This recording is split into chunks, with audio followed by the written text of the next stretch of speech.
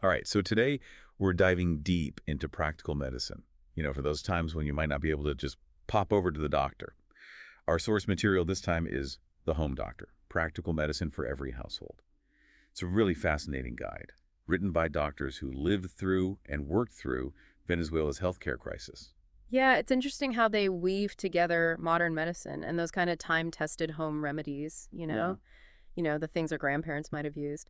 Makes it relevant for, well, really anyone, even if you're not facing a full-blown crisis. Right, it's like having a backup plan for your health, just in case. And speaking of the authors, the lead author, Dr. Maybelle Neves, she's got some serious credentials. Head surgeon at Caracas University Hospital. Over 10 years experience in the operating room, and she even studied at the European Institute of Oncology in Milan. And it's worth pointing out the methods she developed during the Venezuelan economic collapse. They're actually being studied and used in conflict zones around the world now. So, that says a lot about how practical and effective they are.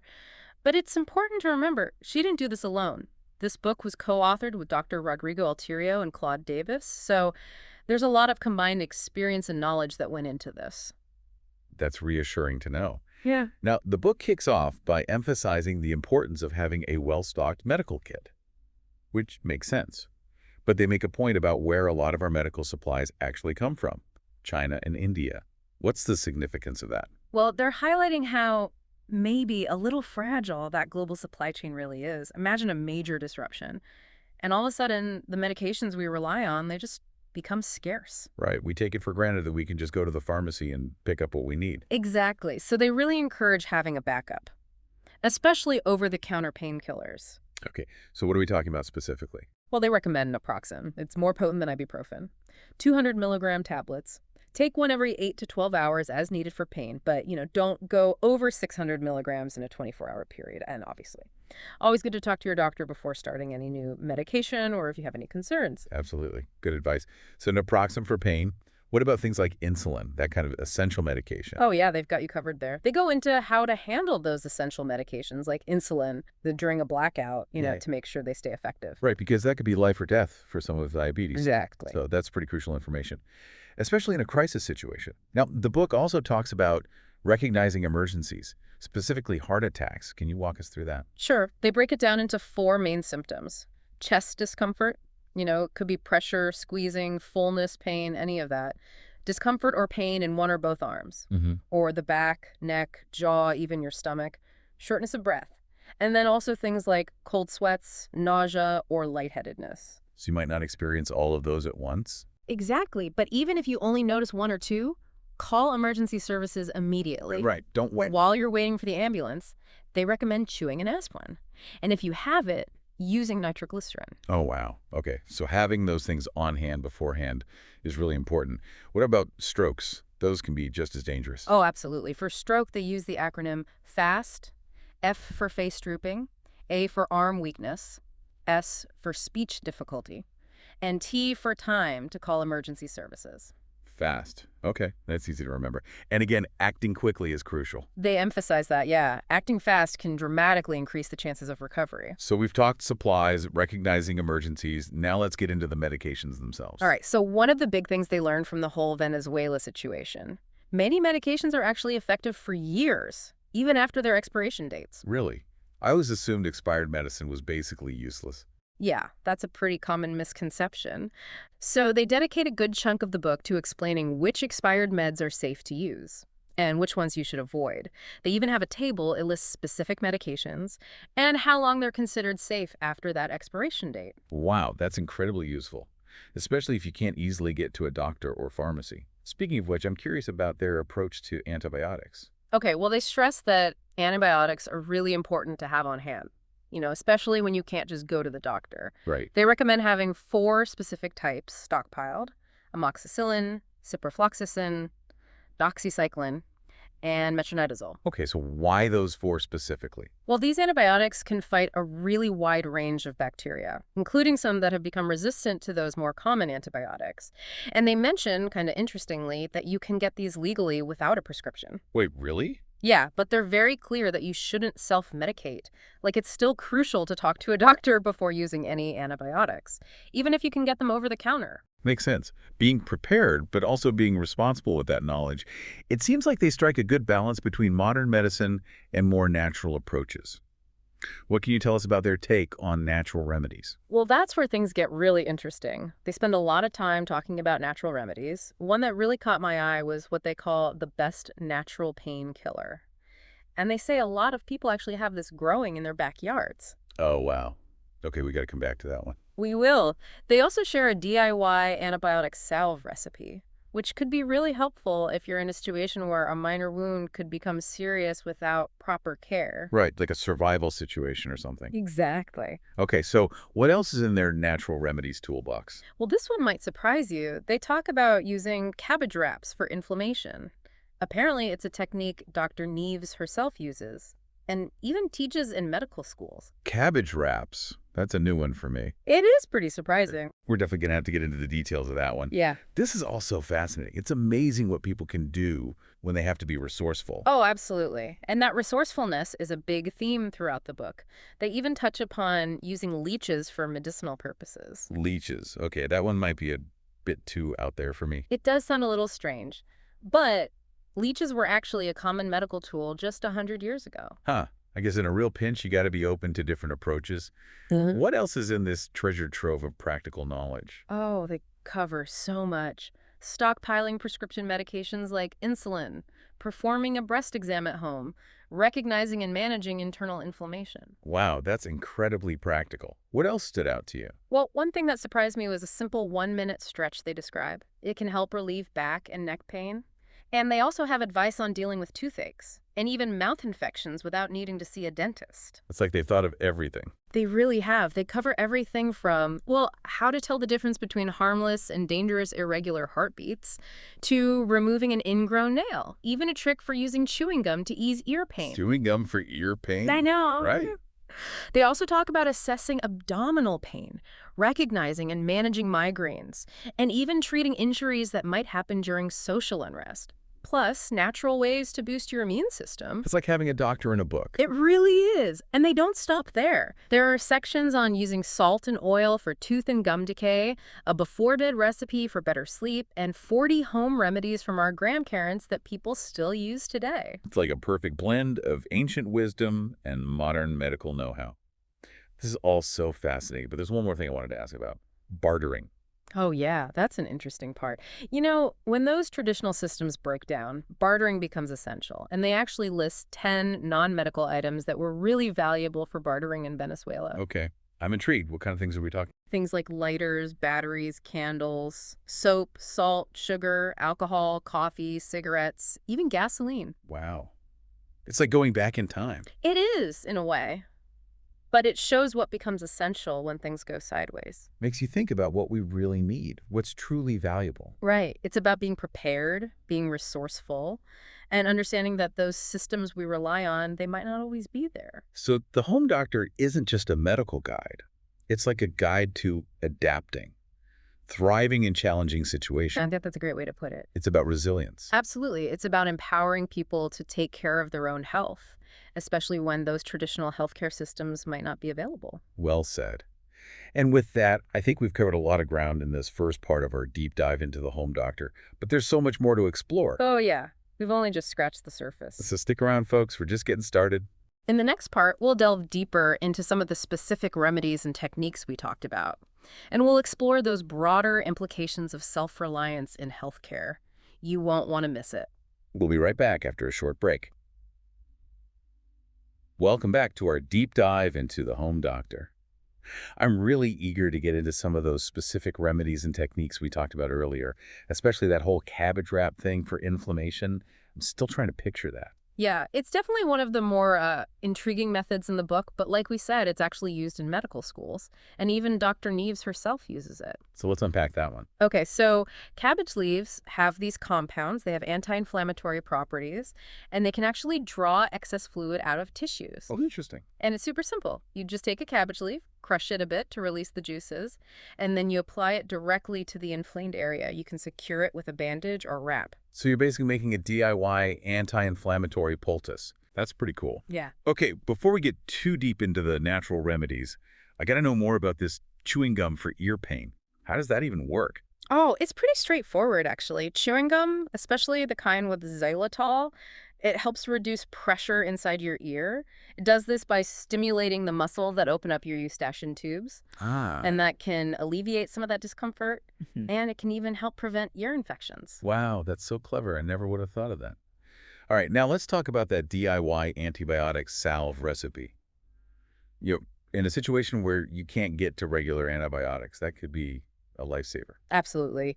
The book goes into detail about the specific ingredients, but basically you're combining natural substances that have antibacterial properties. Yeah. Things like garlic, honey, certain herbs. You create a salve that can help prevent infection, and it can also promote healing. So you're basically harnessing the power of nature to make your own little first aid kit. Exactly. That's really cool. Okay, so what else stood out to you in terms of those natural remedies? Well, we teased it earlier, but they call willow bark the best natural painkiller. And it's pretty readily available. A lot of people even have willow trees growing in their yards. Willow bark. Yeah. Interesting. I know aspirin was originally derived from willow bark, right? You got it. Willow bark has this compound called salicin. It acts as a natural pain reliever, and it's an anti-inflammatory. Hmm. You can make a tea from the bark, or you can find willow bark extract in supplement form. Okay, I'm definitely gonna have to look into that. It's amazing how nature provides these remedies, right? Now we know we're focusing on those natural approaches, but there was one more thing that I was really curious about. The leeches. Ah, yes, the leeches. I know it sounds a little squeamish, but they were a really common medical tool not too long ago. And they're even making a comeback in certain areas of medicine today, like microsurgery. Oh, wow. So what's the deal with leeches? How do they actually work? So when a leech attaches to your skin, it releases the substance, it prevents your blood from clotting, and it also numbs the area. Oh, interesting. This lets them draw out blood without causing pain. And that can actually be beneficial in certain situations, like preventing a wound from getting infected. Okay, I can see how that might be helpful in a, really specific situation. But I think I'll stick with the willow bark tea for now. Probably a good call. Now, shifting gears a bit, I wanted to talk about something else that I thought was really practical. The section on bartering. Oh, right. The book really emphasized how important that can become in a crisis, Yeah. especially when regular money loses its value. Exactly. They have this list of 10 non-medical items that were super valuable for bartering in Venezuela. Okay, refresh my memory. Things like lighters, batteries, candles, soap, salt, sugar, alcohol, coffee, cigarettes, and even gasoline. Wow. It's kind of wild to think about, right? These are all things we just take for granted. But in a crisis, they can become more valuable than actual money. It's true. It really highlights the need to think outside the box when it comes to preparedness. It's not just about having a medical kit. It's about understanding how to adapt and thrive in those tough situations. Right. Speaking of adapting, I wanted to circle back to what the book said about social unrest. It's a good reminder that being prepared isn't just about these hypothetical scenarios. It's about being ready for real-world challenges. Absolutely. The book has some guidance on handling injuries that could occur during social unrest, from basic first aid to more advanced wound care. Right. And it's a reminder that healthcare isn't just about individual well-being. It's connected to the stability and safety of our communities. And the book also acknowledges the psychological and emotional impact that social unrest can have on people. Things like trauma, stress, anxiety, those can all affect both physical and mental health. So it's about taking a holistic approach to healthcare, recognizing that our physical, mental, and emotional well-being are all connected. Exact. And the book actually offers practical advice on managing stress, promoting restful sleep, and even fostering that emotional resilience. It's about empowering people to not just survive, but to really thrive even when things are tough. Well said. Now, before we move on to the last part of our deep dive, there was one more remedy I wanted to touch on. The salt and oil for tooth and gum decay. Oh, yeah. That one was interesting. I'll admit, when I first read about it, I was a little skeptical. But the book explains that the salt acts as a mild abrasive. It helps remove stains and brighten your teeth. And it also provides a natural source of fluoride.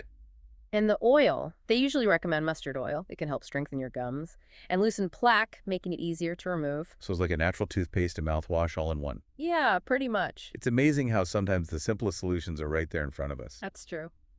Well, this has been incredibly eye-opening. The Home Doctor really has challenged my thinking about healthcare and what it means to be prepared. Me too.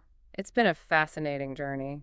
We've gone from stockpiling medicines to natural remedies, even bartering. It's been quite a ride. And through it all, there's this one theme that keeps coming up: the importance of self-reliance and resilience. I think that's the heart of the book. The Home Doctor isn't just a medical guide. It's about human ingenuity and adaptability. Facing those challenges head on. Exactly. It's about giving people the power to take care of their own health, especially when those traditional systems aren't available. And it's a good reminder that being prepared isn't just about having supplies. It's about having the knowledge and the skills and the right mindset to face whatever comes your way.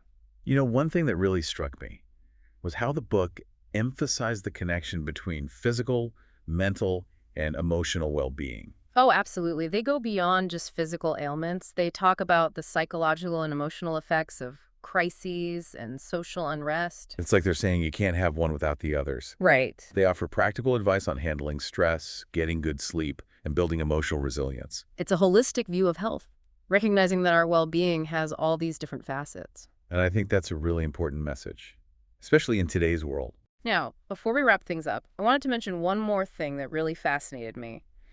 The idea of using salt and oil for tooth and gum decay. Oh, yeah, that was a surprising one. They explain that the salt acts like a mild abrasive, helps remove stains and brighten your teeth. It can even provide a natural source of fluoride. And the oil, they usually use mustard oil. That helps strengthen your gums and loosen plaque, makes it easier to remove naturally. So it's kind of like a natural toothpaste and mouthwash all in one. Exactly. It's a good reminder that sometimes those most effective solutions are right there in front of us. I agree. Well, the Home Doctor has been a real eye-opener for me. It's a treasure trove of practical knowledge. It's not just medical guidance. It's a whole philosophy of self-reliance, resilience, and taking care of your community. It encourages us to be proactive about our health, to be resourceful when things get tough, and to empower ourselves with the knowledge to take care of ourselves and those around us. To our listeners, I highly recommend checking out the Home Doctor for yourselves. You might be surprised by what you learn. And remember, in a world that's always changing, being prepared is the best way to face whatever comes our way. Well said. And on that note, we'll wrap up this deep dive into the Home Doctor. Thanks for joining us, and we'll see you next time for another fascinating exploration of knowledge and ideas. Welcome back for the final part of our deep dive into the Home Doctor.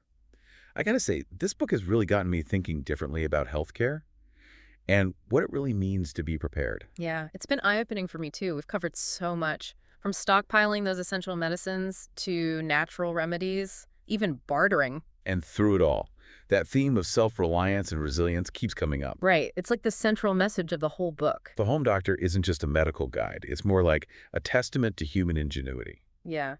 That ability to adapt and overcome obstacles.